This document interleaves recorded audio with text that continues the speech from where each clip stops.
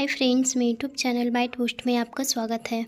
यहाँ पे आपको कॉम्पिटिटिव एग्जाम से जुड़ी हर एक अपडेट्स दी जाती है। ये जो है आरआरबी ग्रुप डी का नोटिफिकेशन आया है। ये नोटिफिकेशन जो है कल ही आया है 2/1/2025 का। बहुत सारे लोग जो हैं इस नोटिफिकेशन के बारे में वो बता चुके हैं। तो इसमें जो है ये नोटिफिकेशन आया है the general manager all zonal railways की तरफ से आया है।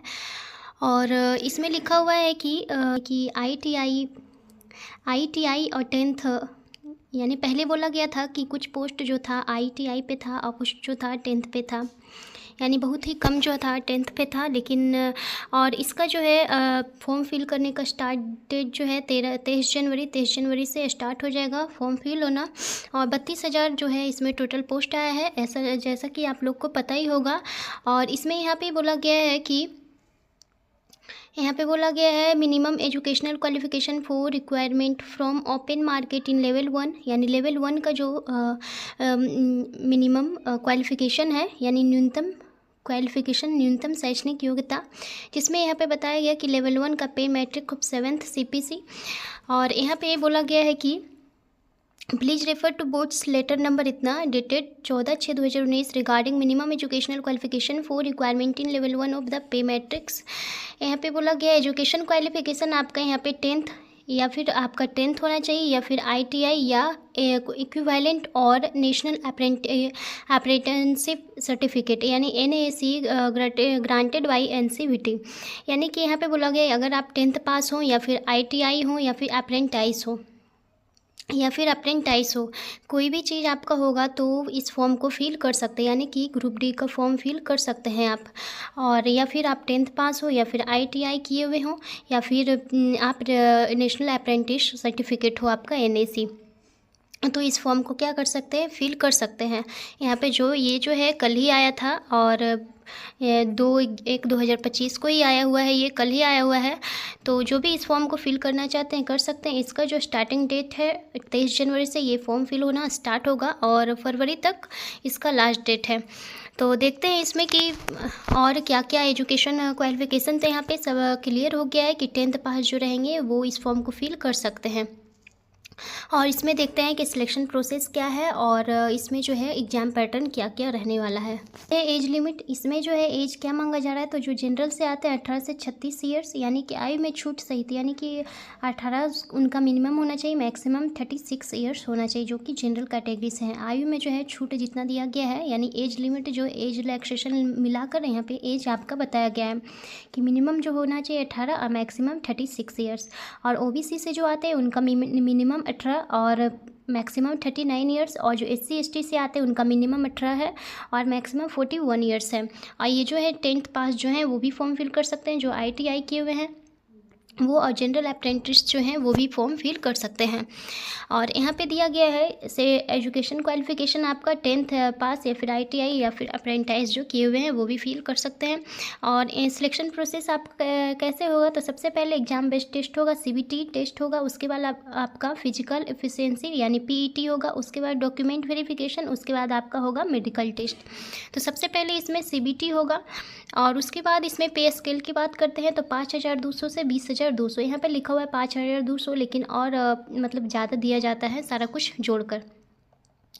इसमें बात करते हैं एग्ज़ाम पैटर्न की। एग्ज़ाम पैटर्न क्या होने वाला है, तो इसमें जो है आपका जनरल साइंस यानी समान विज्ञान से 25 क्वेश्चंस पूछे जाएंगे, मैथ से आपका 25 क्वेश्चन रहेगा, और जनरल इंटेलिजेंस यानी रीजनिंग से आपका 30 क्वेश्चन होगा, और जनरल अवेयरनेस करंट अफेयर्स से आपका 20 क्वेश्चन होगा यहाँ पे, और टोटल मिला के 100 क्वेश्चन होगा और 100 मार्क्स का होगा। 100 क्वेश्चन 100 नंबर का होगा, जिसमें कि आपका यहाँ पे मैथ है, रीजनिंग है और GK है, करंट अफेयर्स है, GK GS और करंट अफेयर्स है। इसमें जो है इंग्लिश नहीं पूछा जाता है, मैथ, रीजनिंग और GK GS और करंट अफेयर्स। 100 क्वेश्चन होगा आपका, 100 मार्क्स का क्वेश्चन होगा, और जिसमें कि आपको टाइम दिया जाएगा 90 मिनट, यानी कि 1.5 घंटा समय दिया जाएगा बनाने के लिए।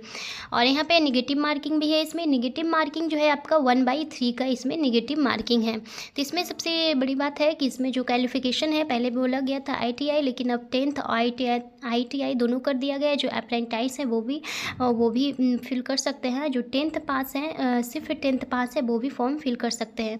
अगर इसमें कोई नोटिस आता है कि किस किस पोस्ट के लिए 10th पास के लिए और किस पोस्ट के लिए ITI के लिए ये भी नोटिस आ सकता है मे बी, क्योंकि इसमें सिर्फ ये नहीं बोला गया है, सिर्फ बोला गया है लेवल 1 का। तो लेवल 1 में किस किस पोस्ट के लिए 10th और किस पोस्ट के लिए ITI ये अभी नहीं बोला गया है।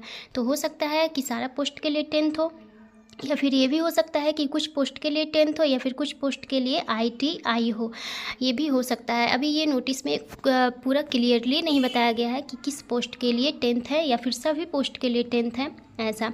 तो ये भी हो सकता है कि सारा पोस्ट के लिए आपका सिर्फ 10th पास ही को मांगा जाए। ITI जो किए हुए हैं वो तो फिल करेंगे ही, लेकिन सिर्फ 10th पास है वो भी फिल कर सकते हैं। सारा पोस्ट के लिए हो सकता है, ऐसा भी हो सकता है।